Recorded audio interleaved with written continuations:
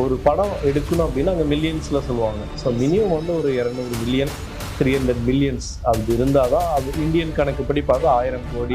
என்னுடைய பட்ஜெட் வந்து ஒரு 3 கோடி ரூபா 5 கோடி ரூபா அப்படின்னா மேலேயும் கீழேயும் பார்ப்பாங்க. இந்தியாவில் எப்படி ஒரு சென்சார் ஒரு மூவிக்கு யூஏ சர்டிஃபிகேஷன் ஏ சர்டிஃபிகேஷன் அது மாதிரி அங்கே எந்த ஒரு சென்சாருமே இல்லை ஆக்சுவலி. சினிமா ஃபேண்டசி நேயர்கள் அனைவருக்கும் வணக்கம். நான் உங்க விஜய் சௌமியா. இன்னைக்கு நம்மளோட இணைஞ்சிருக்கிறவங்க Thiru Sivakumar Veluchamy, red carpet film international தயாரிப்பு நிறுவனத்தினுடைய நிறுவனர் மற்றும் திரைப்பட இயக்குனர். அண்ட் இங்கே இந்தியாவில் இல்லாமல் யூஎஸ்ல இருந்து வந்திருக்காங்க, யுனைடெட் ஸ்டேட்ஸ் ஆஃப் அமெரிக்கால இருந்து. வணக்கம் சார், எப்படி இருக்கிறீங்க? நல்லா இருக்கேன், நீங்க எப்படி இருக்கீங்க? ரொம்ப நல்லா இருக்கிறேன். ஸோ இங்கே நம்மளுக்கு வந்து சினிமா இண்டஸ்ட்ரி எப்படி இயங்குது அப்படின்றது தெரியும். ஆனா நீங்க வந்து யூஎஸ்ல இருந்து வந்திருக்கீங்க, அங்க யூஎஸ்ல படம் எடுத்துட்டு இருக்கிறீங்க. ஸோ ஃபர்ஸ்ட் ஆஃப் ஆல் எப்படி அங்க போய் செட்டில் ஆனீங்க, எப்படி இந்த ப்ரொடக்ஷன் கம்பெனி ஆரம்பிச்சீங்க, அதை பத்தி சொல்லுங்க. ஓகே, என் பேர் வந்து சிவகுமார் வேலுசாமி. இப்போ வந்து நான் கலிஃபோர்னியாவில் சானோசே அப்படிங்கிற பேரியா அப்படின்னு சொல்லுவாங்க. ஸோ அங்கே வந்து இப்போ நான் ஃபிலிம் மேக்கிங் அண்ட் டைரக்ஷன் பண்ணிட்டு இருக்கோம். ஸோ இப்போ லாட் ஆஃப் வந்து இந்தியன் பீப்புள் வந்து பார்த்தீங்கன்னா இங்கேருந்து மூவ் ஆனவங்க எல்லாருமே வந்து நிறையா ஃபிலிம் மேக்கர்ஸாக வந்துட்டு இருக்காங்க. ஸோ மூவி ப்ரொடக்ஷன் சைடு பார்த்தீங்கன்னா இப்போ நான் வந்து ஓன் ப்ரொடக்ஷன் பண்ணிட்டு இருக்கோம். ரெட் கார்பெட் ஃபிலிம் இன்டர்நேஷ்னல் இந்தியாவிலேருந்து ரெட் கார்பெட் ஸ்டுடியோஸ் அப்படின்னு லாஸ்ட் மந்த் தான் ஓப்பன் பண்ணது. ஸோ இப்போ வந்து பார்த்தீங்கன்னா இங்கே காஸ்ட் ஆஃப் லிவிங்ன்றதே இங்கே அதிகமாயிடுச்சு. அதுலயே ஒரு படத்தை வந்து ப்ரொடியூஸ் பண்றதுன்றதெல்லாம் இங்கேயே பெரிய அளவுல பேசும், ஐ மீன் ஒரு சாத்தியம் இல்லாத அளவுக்கு ஆயிடுச்சுன்ற அளவுக்கு போயிட்டு இருக்குது. அங்க யூஎஸ்ல காஸ்ட் ஆஃப் லிவிங்கும் ஜாஸ்தி. அண்ட் ஆஸ் வெல் அஸ் ஒரு தமிழ் படத்தை அங்க எந்த அளவுக்கு உங்களால தயாரிக்க முடியுது, அண்ட் அங்க உங்களுக்கு அது எவ்வளவு பெரிய சவாலாலாம் இருக்குது. ஸோ இது வந்து ரொம்ப இம்பார்ட்டண்டான கேள்வின்னு நினைக்கிறேன். ஸோ இங்க எடுக்கிறது வந்து இங்கேயே சிரமமா இருக்கிற சூழ்நிலையில ஸோ அமெரிக்கா அப்படிங்கிற மாதிரி ஒரு பெரிய வேர்ல்டுலயே பார்த்தா எல்லாத்துக்குமே வந்து ஒரு தரமான எந்த ஒரு காரா இருக்கட்டும் எந்த ஒரு இண்டஸ்ட்ரியா இருந்தும் யூஎஸ் அமெரிக்கா அப்படின்னு சொன்னாவே அதனுடைய ஸ்டாண்டர்ட் எல்லாத்துக்கும் தெரியும். ஸோ அதே மாதிரி ஹாலிவுட் லாஸ் ஏஞ்சலஸில் இருக்கிற பெவர்லி ஹில்ஸ். ஸோ இங்கே இருக்கிற மூவி பார்த்தீங்கன்னா வந்து கிறிஸ்டோபர் நோலனாக இருக்கட்டும், ஸ்டீவ் ஸ்பீல்பர்காக இருக்கட்டும். ஸோ இவங்க படம் எல்லாமே வந்து பார்த்தீங்கன்னா டாப் கிளாஸ் வேர்ல்ட் கிளாஸாக தான் இருக்கும் ஆக்சுவலி. ஸோ அங்கே அந்த பட்ஜெட்டு அப்படின்னு பார்த்தோம் அப்படின்னா ஒரு படம் எடுக்கணும் அப்படின்னா அங்கே மில்லியன்ஸில் சொல்லுவாங்க. ஸோ மினிமம் வந்து ஒரு 200 மில்லியன் 300 மில்லியன்ஸ் அப்படி இருந்தாதான் இந்தியன் கணக்குப்படி பார்த்தா 1000 கோடி 2000 கோடி. இதே வந்து ஸ்மால் பட்ஜெட் மூவி அப்படின்னு சொல்லுவாங்க. ஸோ இவ்வளவு இருந்தாதான் ஒரு படம் எடுக்க முடியும் அப்படிங்கிறது. இங்க வந்து 100 கோடியில எடுத்தாலே ஹெவி பட்ஜெட், அங்க 1000 கோடியில எடுத்தாலே அது ஸ்மால் பட்ஜெட். ஆமா, இப்ப நம்ம ஒரு ஃபிலிம் மேக்கரா ஒரு இந்தியன் ஃபிலிம் மேக்கரா போயிட்டு வார்னர் பிரதர்ஸ் இல்லைன்னா டிஸ்னி இல்லை யூனிவர்சல் ஸ்டுடியோஸ் இதுல போயிட்டு நான் படம் பண்றேன், என்னுடைய பட்ஜெட் வந்து ஒரு 3 கோடி ரூபா 5 கோடி ரூபா அப்படின்னா மேலேயும் கீழேயும் பார்ப்பாங்க. என்னடா அது இவருக்கு வந்து ஃபிலிம் மேக்கிங் தெரியுமா தெரியாதா அப்படிங்கிற மாதிரி வந்து அங்கே ஒரு இது இருக்குது. ஸோ என்னுடைய பிளான் என்ன அப்படின்னா நம்மக்கிட்ட இருக்கிற டெக்னிக்கல் சாலிடாக ஒரு அதுவும் இந்தியாவில் அதுவும் தமிழ்நாட்டில் இருக்கிற நிறைய டெக்னீஷியன்ஸ்லாம் இருக்காங்க. இவங்களை வச்சு நம்மளால் லோ பட்ஜெட்டு சரியான கண்டென்ட்டும் சரியான குவாலிட்டியும் ஹாலிவுட் தரத்துக்கு ஈக்குவலாக நம்மளால் பண்ண முடியும் அப்படிங்கிறது ஒரு கேம் சேஞ்சர் மாதிரி நம்ம ஒரு வழியை ஓப்பன் பண்ணோம்னா நிறைய ஃபிலிம் மேக்கர்ஸ்க்கு வந்து இது நல்ல வாய்ப்பா இருக்கும்.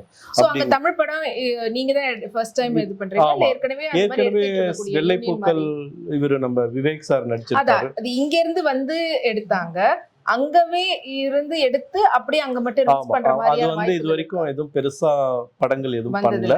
சோ நம்ம வந்து ஃபர்ஸ்ட் டைம் ட்ரை பண்றோம். ஓகே, சோ இப்போ இங்கெல்லாம் வந்து பாத்தீங்கன்னா உங்களுக்கு கவர்மெண்ட் சைடுல இருந்து சப்சிடி சொல்லிட்டு இந்த லொகேஷன்ல எடுக்கும் போது இல்ல அந்த மாதிரி நிறைய இருக்கும். அண்ட் ஒரு சில கண்ட்ரீஸ்ல அங்க போய் அவங்களோட டூரிசம் வந்து டெவலப் பண்ணணுக்காகலாம் அப்படிலாம் ஒரு சில சப்சிடி எல்லாம் கொடுப்பாங்க.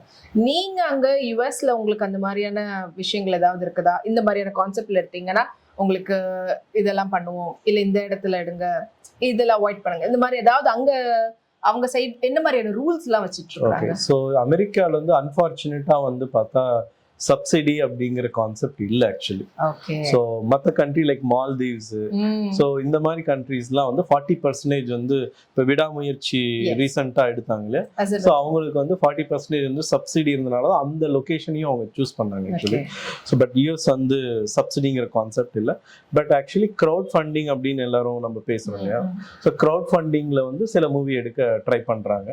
பட் கவர்மெண்ட் வந்து எந்த ஒரு சப்போர்ட்டும் சப்சிடி கன்செஷன் எதுவும் வந்து அவங்க ஆஃபர் பண்றது இல்ல. எல்லாமே ஓன் ப்ரொடியூசரோடைய இன்வெஸ்டிங் தான். அண்ட் இங்க இருக்கக்கூடிய சென்சார் போர்டு எப்படி வேலை செய்யறாங்கன்றது தெரியும்.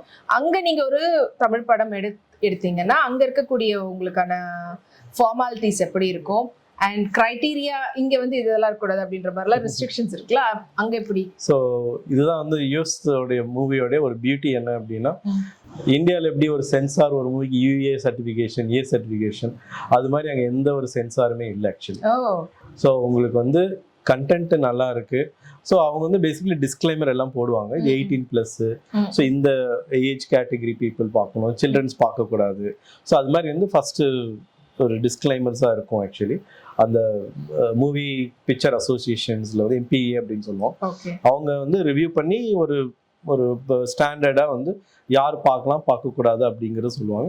மற்றபடி அங்கே இந்த சீன்ஸை வச்சோம், இப்போ ஃபார் எக்ஸாம்பிள் ஒரு ஆடை வச்சு அந்த சீன்ஸில் இருக்குது அப்படின்னா, ஸோ நம்ம சென்சாருக்கு வந்து டாக்டர் மூலிமா ஒரு என்ஓசி கொடுக்கணும், அந்த ஆட்டுக்கு வந்து எந்த ஒரு ப்ராப்ளம் ஆகலை, எந்த ஹர்ட்டும் ஆகலை அப்படின்னு வந்து சர்டிஃபிகேஷன் கொடுக்கும். ஸோ அங்கே வந்து உங்களுக்கு வந்து ஒரு ஒரு ப்ராப்பராக எல்லாமே பண்ணிட்டா சென்சாருங்கிற மாதிரி ஒரு கான்செப்ட் இல்லை ஆக்சுவலி. ஓகே. ஸோ நீங்கள் என்ன மாதிரியான படங்கள் என்ன ஷார்ட் ஃபிலிம்ஸ் பண்ணியிருக்கிறீங்க அண்ட் ஃபீச்சர் ஃபில்மும் இப்போ பண்ணிட்டு இருக்கிறீங்க, என்ன மாதிரியான கான்செப்ட்ல எல்லாம் படம் பண்ணியிருக்கிறீங்க? என்னுடைய கைண்ட் ஆஃப் கான்செப்ட் எப்படிலாம் இருக்கும் அப்படின்னா, அங்கே நடக்கிற ரியலாக நடக்கிற மக்களுடைய வாழ்க்கையை சம்மந்தப்பட்டதான ஷார்ட் ஃபிலிமாக இருக்கும். ஃபார் எக்ஸாம்பிள் நான் ரீசெண்டாக வந்து ரெஃப்யூஜி அப்படின்னு ஒரு ஷார்ட் ஃபிலிம் எடுத்தேன். அது Trump last month US president வந்தார், அதே அந்த டே தான் லான்ச் பண்ணேன். ஸோ அது என்ன அப்படின்னா, கிரீன் கார்டு அப்படிங்கிறது பர்மனன்ட் ரெசிடென்ட் அப்படின்னு சொல்லுவோம். ஸோ அமெரிக்காவில் வந்து எல்லாரும் போகிறது ஒரு கனவோட எல்லாரும் போகிறாங்க. ஸோ அந்த கனவுல வந்து அவங்க அங்கேயே செட்டில் ஆகி ஒரு பர்மனன்ட் ரெசிடென்ட்டாக அங்கேயே வாழ்க்கையை வாழ்ந்து அப்படியே வந்து ஃபேமிலியோட சந்தோஷமாக வாழுங்கிறது தான் அவங்களுடைய எல்லாத்தோடைய மக்களுடைய ஒரு கனவாக இருக்கும் இல்லையா. ஆனால் இந்த கிரீன் கார்டு அப்படிங்கிறது பார்த்தீங்கன்னா, ஒரு 30 வயசில் ஒருத்தர் போகிறார் அப்படின்னா, முன்னாடிலாம் வந்து ஒரு 40-45 வயசுக்குள்ளேயே அந்த கிரீன் கார்டு வந்து கவர்மெண்டாகவே கொடுத்துரும். இப்போ பார்த்தீங்கன்னா லாஸ்ட் ஒரு 5-6 வருஷம்லாம் பார்த்தீங்கன்னா, அவருக்கு ஒரு 65 வயசு 70 வயசு ஆனாலுமே வந்து அவர் இங்க என்ன ஒர்க் வீசால போனாரோ அதே அந்த கிரீன் கார்டு வந்து ஒரு நாள் அவர் வீட்டுக்கு டெலிவரி ஆகும். அந்த டைம் பார்த்தீங்கன்னா அவங்க அந்த டைமில் வந்து அந்த வீட்டிலேருந்து அவர் காலி பண்ணிட்டு வேற இடத்துக்கு போயிடுவார். அந்த பர்சன் வந்து இருக்கிற வந்து அவங்க ஒய்ஃப் வந்துட்டும் போயிட்டு இருந்தாங்க, நீங்கள் எதுவும் தப்பாக எடுத்துக்கலாம், பக்கத்து தெருவில் தான் இருப்பாங்களாட்டிருக்கு, அந்த கார்டை வந்து அங்கே கொடுத்துருங்க, இந்த லெட்டரை வந்து அங்கே கொடுத்துருங்க அப்படிம்பாங்க. இல்லை எனக்கு பிஸியாக இருக்குது நான் கொடுக்க முடியாது அப்படின்னு, இல்லை கொஞ்சம் ஹெல்ப் பண்ணி கொடுத்துருங்க அவங்க முக்கியமான லெட்டர் அப்படின்னு சொல்லிட்டு அவன் எடுத்துகிட்டு போய் அங்கே கொடுப்பான். அங்கே போய் கொடுத்ததுக்கு அப்புறம் தான் அவன் வச்சுட்டு திரும்பி பார்ப்பான், அந்த இடம் பார்த்தா ஒரு சமாதி. அதாவது அவனுக்கு வந்து கிரீன் கார்டு வந்து அவர் இறந்துடுறாரு அப்படிங்கிறது ஒரு ஒரு ஒரு காமெடியா ஒரு சீரியஸா இல்லாம ஒரு சட்டிலா வந்து ஒரு புரிய வைக்கிறது. இது வந்து கிரீன் கார்டுங்கிற ட்ரீம் எல்லாம் வந்து யோசிச்சு வாழ்க்கையை வாழ ரெஸ்ட்ரிக்ட் இருக்கு, நீங்க வாழ்க்கையை வாழுங்க, கிரீன் கார்டுக்காக வாழ்க்கையை தொலைக்க வேண்டாம் அப்படிங்கிற கான்செப்ட்ல எடுத்து நிறைய அவார்டு எனக்கு. ஓகே. சோ அங்க இருக்கக்கூடிய ஃபிலிம் ஃபெஸ்டிவல் அந்த மாதிரி அங்க இருக்கிற மேயர், இங்க நம்ம கவுன்சிலர் ஐஏஎஸ் ஆபீசர் மாதிரி சொல்லுவோம் இல்லையா, அங்க இருக்கிற ஒரு மேயர் வந்து இத நம்ம தமிழியன் தான், முரளி சீனிவாசன் அப்படின்னு, அவர் வந்து லான்ச் பண்ணி அவார்ட்லாம் வந்து இதுக்கு. ஸோ அது இப்போ வந்து ரீசெண்டா ஃபீச்சர் ஃபிலிம்ல வந்து என்டர் ஆயிருக்கும். ஸோ என்ன மாதிரியான ஃபீச்சர் ஃபிலிம் அங்க என்ன ஜானர்ல எடுத்துட்டு இருக்கீங்க? இப்போ வந்து நான் முன்னாடி சொன்ன மாதிரி வந்து அங்க இருக்கிற மக்களுடைய வாழ்வு பேஸ் பண்ணியும், இப்போ ரீசெண்டா ஒரு ஸ்போர்ட்ஸ் மூவியை பேஸ் பண்ணியும், கிரிக்கெட் பேசிக்கலி வந்து இங்க இருக்கிற இந்தியன்ஸ் அங்க போய் கிரிக்கெட் லீக் விளையாண்டு, ஸோ அதை வந்து பேஸ் பண்ணி இப்போ எடுத்துட்டு இருக்கோம். நம்மளுடைய போஸ்ட் ப்ரொடக்ஷன் இந்தியாவில் இருக்கு, ஏன்னா அங்கே ரொம்ப எக்ஸ்பென்சிவ். யூஎஸ்ல வந்து எடிட்டிங், கலர், டிஐ, மிக்சிங்லாம் பண்ணணும்னா ஸோ எக்ஸ்பென்சிவ். அங்கே இந்த டப்பிங் கான்செப்ட்லாம் அங்கே எதுவுமே இல்லை ஆக்சுவலி, எல்லாமே சிங்க் சவுண்டு, லைவ் ரெக்கார்டிங். இப்போ வந்து அதை கொஞ்சம் வந்து நாங்கள் சேஞ்ச் பண்ணலாம், டப்பிங்லேயும் வந்து பெட்டராக பண்ணலாம், சீப்பாக மீன்ஸ் வந்து அந்த குவாலிட்டி வந்து இன்னும் பெட்டராகவே கொடுக்கலாம் வித் லோயர் காஸ்ட் அப்படிங்கிற கான்செப்ட்ல ஒர்க் பண்ணிட்டு இருக்கோம். பட் படம் எங்க ரிலீஸ் பண்ணுவீங்க? படம் வந்து பாத்தீங்கன்னா அங்கேயே நிறைய தியேட்டர்கள், நிறைய இந்தியன்ஸ் அவங்களே நிறைய யூஎஸ்ல மட்டும் தானே இல்ல இந்தியாலயும் தான்? அதுதான் நான் நம்ம இங்க இருக்கிற பிஆர்ஓஸோடலாம் பேசிட்டு இருக்கேன். ஸோ அவங்களுடைய சப்போர்ட்லாம் இருந்தது அப்படின்னா, ஸோ நம்ம வந்து இப்போ வந்து இங்க இருக்கிற எப்படி அவதார், கேப்டன் அமெரிக்கா, டாம் குரூஸோடைய மூவிகள்லாம், மிஷன் இம்பாசிபிள் எப்படிலாம் இங்கே வந்து ரிலீஸ் ஆகி நம்ம எப்படி வரவேற்பு கொடுக்குறோமோ அதே மாதிரி ஒரு இந்தியன் ஃபிலிம் மேக்கர் அமெரிக்காவில் எடுத்த ஒரு இந்தியன் ஃபிலிம் மேக்கருடைய படம் தமிழ்நாட்டில் அதுவும் சென்னையில் கோயம்புத்தூர் இங்கே இருக்கிற மக்களுக்கு வந்து ஒரு ரீச் ஆகணும், அவங்க வரவேற்பு கொடுக்கணும் அப்படிங்கிறது தான் என்னுடைய ஒரு கான்செப்டாக ட்ரை பண்ணலாம் அப்படின்னு. ஸோ நல்ல ஒரு ட்ரை. அண்ட் இதில் என்ன மாதிரியான டெக்னீஷியன்ஸ் இந்தியன்ஸ் இல்லை தமிழியன்ஸ் அப்படி வச்சுருக்கீங்களா, இல்லை அங்கே ஹாலிவுட்ல இருக்கக்கூடியவங்க ஐ மீன் அமெரிக்கன்ஸ் தான் பண்ணுறாங்களா? ஸோ இது வந்து எந்த ஒரு பாகுபாடும் நம்ம ஃபிலிம் மேக்கர்ஸ் வந்து ஒரு யூனிவர்சலாக பார்க்கணும் அப்படிங்கிறது. அவர் நான் இங்கே டீமில் பார்த்தீங்கன்னா இந்தியன்ஸும் இருப்பாங்க, சைனீஸும் இருப்பாங்க, தெலுங்கு பீப்புளும் இருப்பாங்க, ஸோ கொரியன்ஸும் இருப்பாங்க. ஸோ யார் வந்து ஒரு பேஷனேட்டாக வந்து ஒரு மூவியை அடுத்த கட்டத்துக்கு எடுத்துகிட்டு போகணுன்னு இருக்கிற எல்லாத்தையும் நம்ம வெல்கம் பண்ணுறோம். ஏன்னா இப்போ நம்ம இங்கே எடுக்கும்போது ஒரு ரீஜன் பேஸ் பண்ணி அந்த கான்செப்ட்ல வந்து நமக்கு ஸ்டோரியை டெவலப் பண்ணி எடுப்போம். இப்போ நீங்கள் ஒர்க் பண்ணக்கூடியது ஆல் ஓவர் எல்லா இன்டர்நேஷனல் லெவலில் இருக்கக்கூடிய சிட்டிசன்ஸ் எல்லாருமே இருக்கிறாங்க போது உங்களுக்கு டிஸ்கஷனே கொஞ்சம் ஒரு மாதிரி சுவாரஸ்யமாக இருக்கும். அவங்களுடைய பாயிண்ட் ஆஃப் வியூவில் வந்து நீங்கள் சொல்லக்கூடிய ஸ்கிரிப்ட் வந்து கொஞ்சம் அப்படியே மோல்டாய் அது இன்னும் அடுத்த கட்டத்துக்கு போகும்போது எல்லாராலையும் அக்செப்ட் பண்ணிக்கிற விதத்தில் இருக்கும்னு நினைக்கிறேன். நீங்கள் கரெக்டான பாயிண்டான கேள்வியாக கேட்டதான் தோணுது. ஏன்னா நம்ம எடுக்கிற அந்த கண்டென்ட் வந்து ஒரு யூனிவர்சலா இருக்கணும்.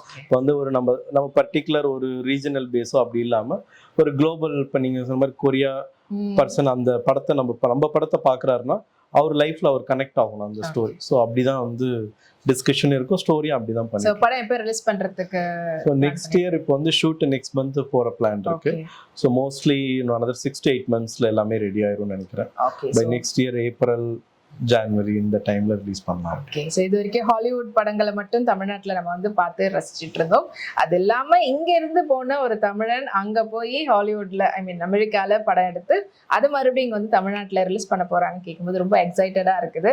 So all the very best. உங்க படம் வந்து வெற்றியடைய எங்களுடைய வாழ்த்துக்கள். அண்ட் இந்த படம் இங்கேயும் ரிலீஸ் ஆகும்போது கண்டிப்பா உங்களை வந்து உங்க என்டையர் க்ரூவோட தான் வருவீங்கன்னு நினைக்கிறேன். ஸோ அவங்களோட மீண்டும் சந்திக்கணும்ன்ற ஆர்வத்தையும் தெரிவிச்சு. கண்டிப்பாக. ஸோ சினிமா ஃபேண்டசி மூலிமா இந்த ஒரு வாய்ப்பு கொடுத்ததுக்கு ரொம்ப நன்றி. எப்படி வந்து இங்கே நான் நிறையா ஃபிலிம் மேக்கர்ஸ் நம்ம பார்க்குறோமோ அதே மாதிரி வந்து அங்கேயும் நிறைய பேர் இருக்காங்க. இங்கே இருக்கிற ப்ரெஸ் மீடியாஸ் எல்லாம் சப்போர்ட் பண்ணும் அப்படிங்கிறது நான் தாழ்மையாக கேட்டுக்கிறேன். சினிமா ஃபேண்டசி நேயர்களுக்கு வணக்கம். வந்தோரை வாழ வைக்கும் தமிழ்நாடு. இங்க இருக்கக்கூடிய தமிழன் மறுபடியும் அங்க போயிட்டு வரும்போது வாழ வைக்காம விட்டுருவாங்களா? கண்டிப்பா உங்களுக்கு எல்லா சப்போர்ட்டும் இருக்குது. தேங்க்யூ.